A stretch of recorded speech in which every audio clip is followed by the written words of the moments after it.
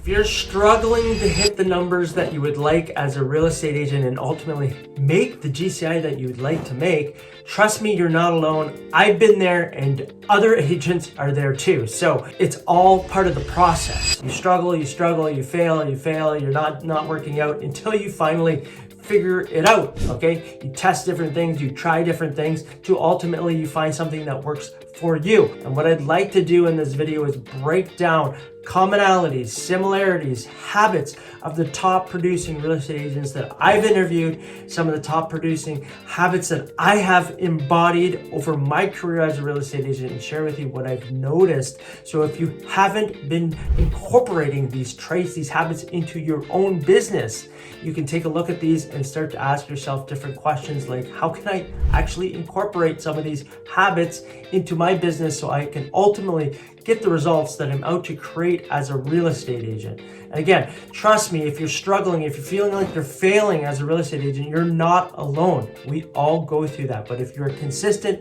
if you're persistent with this career, you will ultimately achieve the results that you'd like in your career. And the fact that you're here watching this video says a lot about your character and who you are. You're willing to learn, you're willing to learn new skills, you're willing to hear something different and ask yourself better questions. So kudos to you first off for actually showing up and anticipating what's going to happen next so you can ultimately get the results that you like as a real estate agent. Okay, so what are these 7 traits? So the very first thing that I notice and I do for myself too is top agents, they time block.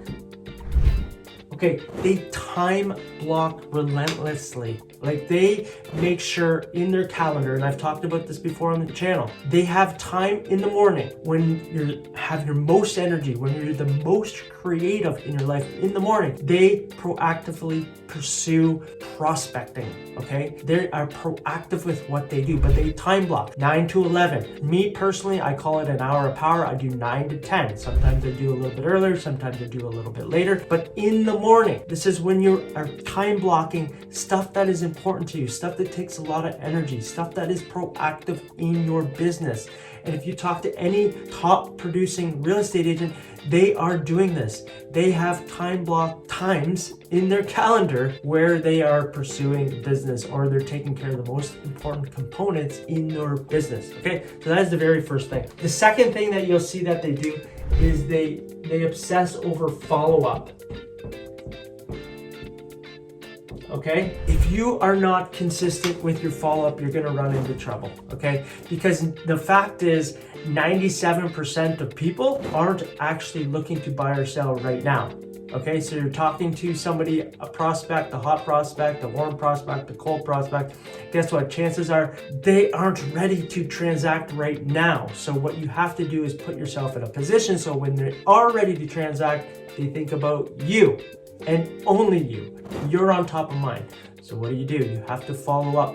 And what I say, follow up with value, okay? Give them the stats in the local market. Position yourself as that expert. Share videos with them. Share resources with them. Interest rate hikes or declines or whatever it is. Share with them breaking news that has to do with real estate. Anything that is valuable to these people, share with them over time so eventually they do work with you. If you are not willing to follow up, I can guarantee you will not be successful in anything that you do in life. Follow-up is essential. You have to follow up with people. It is your job as a real estate agent and whatever endeavors that you're doing is to put yourself in front of these people, to make yourself noticeable so they think about you when they're ready to transact. You have to have a robust follow-up system. This is a non-negotiable. And if you talk to any top producing real estate agent, you have a CRM, they're taking notes, they know exactly where people are in the process of buying or selling, investing, and they're making themselves, when they're time blocking, they're having these conversations with the people continuously. So eventually they do end up working with them.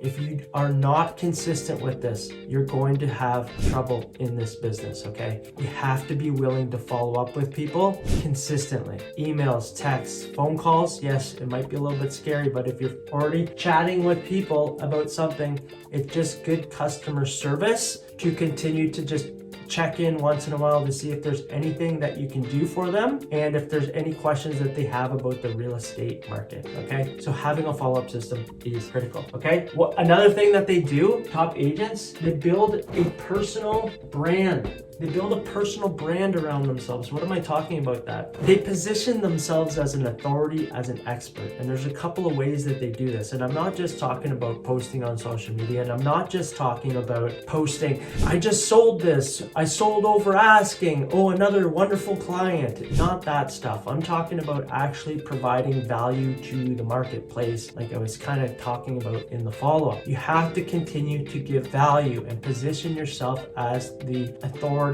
or expert in the market so people know you, like you, and trust you. And that is by giving value, doing videos, sending emails, following up with people. They build a brand around themselves so it's very hard not to notice them. I can assure you, in the market that I'm in right now, there is a couple standout agents that have built a brand around themselves. Everybody knows them, and guess what? Cold traffic leans towards. If they don't know anybody in their market or they just moved to the area and now they're going to buy or sell again and their agent was from a different location originally, guess what? They go to top of mind agent who they can think of, and guess what? That is the person who has built a personal brand around themselves and has positioned them as a local expert. And this could be giving stat videos, talking about stats in your local community every month on a short little video. And yes, you might be thinking, I don't like video, I'm not good on camera. Guess what? I have that belief too. You have to get over yourself. You really want to stand out as a real estate agent, you have to be willing to get on camera. If you want to differentiate yourself, I'm not saying everybody has to do that, but if you really do want to position yourself as somebody of value in the marketplace, I mean, being on camera allows people to get to know your personality really well and pre-sell yourself because you can build that authority through the camera. Okay, so they build a personal brand where they're usually, honestly, it's on YouTube. They have a YouTube channel where they're running YouTube ads or something around those lines. Okay, so that is the fourth thing. They track numbers.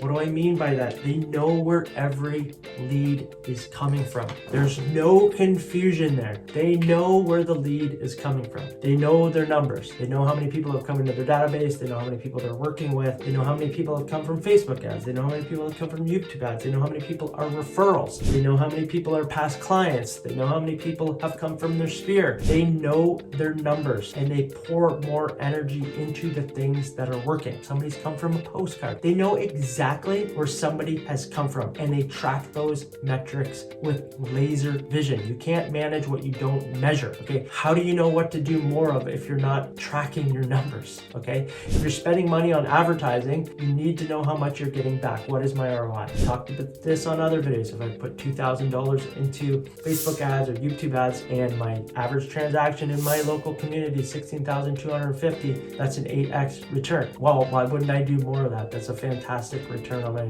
money. And they are tracking all these metrics. They're tracking how many sales. They know exactly, they have everything dialed in. They know how many listing presentations they've gone into and what their conversion rate is too, and what they have to improve on. And they ask for feedback. The only way to improve something is to hear feedback, hear the feedback, hear it numerous times. Okay, something's not working there. And then they correct it in their listing presentation, whatever it is, or they overcome that objection ahead of time. Okay, so they are always tracking their KPIs, key performance indicators, their metrics on everything that they do. Okay, number 5, they know when to say no. They know when to say no. They know when the red flags are. They're very clear on what they stand for, their standards, their intentions, and they're okay to say no to things. They're okay to say no to clients. They're okay not to cut their commission because they're clear on their value. They can say no to things because they understand their value. They understand the red flags of a client. They've put a standards list together, what they stand for and what they don't stand for, what they'll tolerate, what they won't tolerate. They're very clear on this, crystal clear. When you're crystal clear on something, you can move towards that direction a lot more with confidence. So they're not afraid to say no to potential clients, okay? Or clients that they don't want to work with, or clients they think that are going to drain their energy, or clients that aren't in alignment with them. They know who they are at their core, and you might want to take in taking inventory of this with yourself. Create a standards list. What you do, what you don't do, what you tolerate, what you don't tolerate, okay? It'll save you a lot of mental anguish. And trust me, I went through this myself.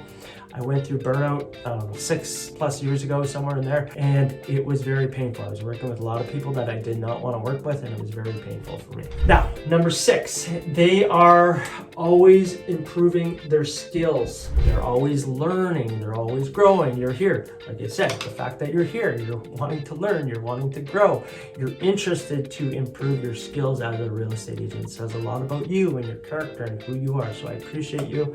Thank you for showing up and watching this video until this point. I do appreciate that very much. They are always learning. They're hiring coaches, mentors. They're looking for new ways to do things. They're reading books. They're doing things continuously to improve their skills, sharpen their skills so they can be at the top of their game. They're looking at what's trending industry, what's being innovated, like what else they can do different, what else is working. They're always improving these skills and looking for feedback, okay? And the very final thing that I'll say is they have systems in place. If you do not have systems, you do not get leverage, okay?